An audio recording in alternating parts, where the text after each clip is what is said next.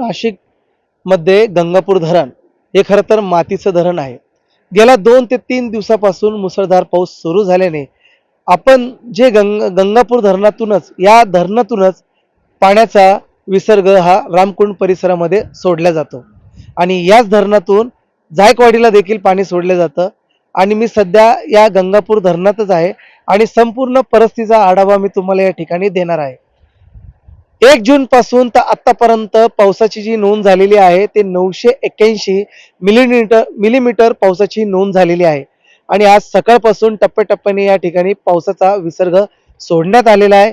याच गंगापूर धरणातून 8,370 क्युसेक्स पाण्याचा विसर्ग हा सोडण्यात आला आहे रामकुंड परिसरामध्ये.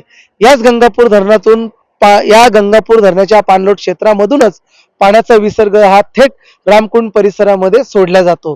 संपूर्ण नाशिककरांचे ताण बघणारा हेच ते गंगापूर धरण.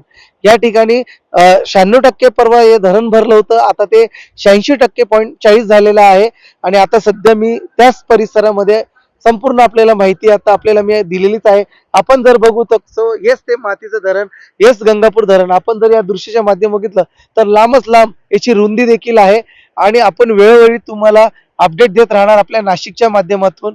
आता मी तुम्हाला संपूर्ण माहिती दिलेली आहे. कॅमेरामन शुभम तोडकरीसह प्रकाश धुर्वे, आपलं नाशिक.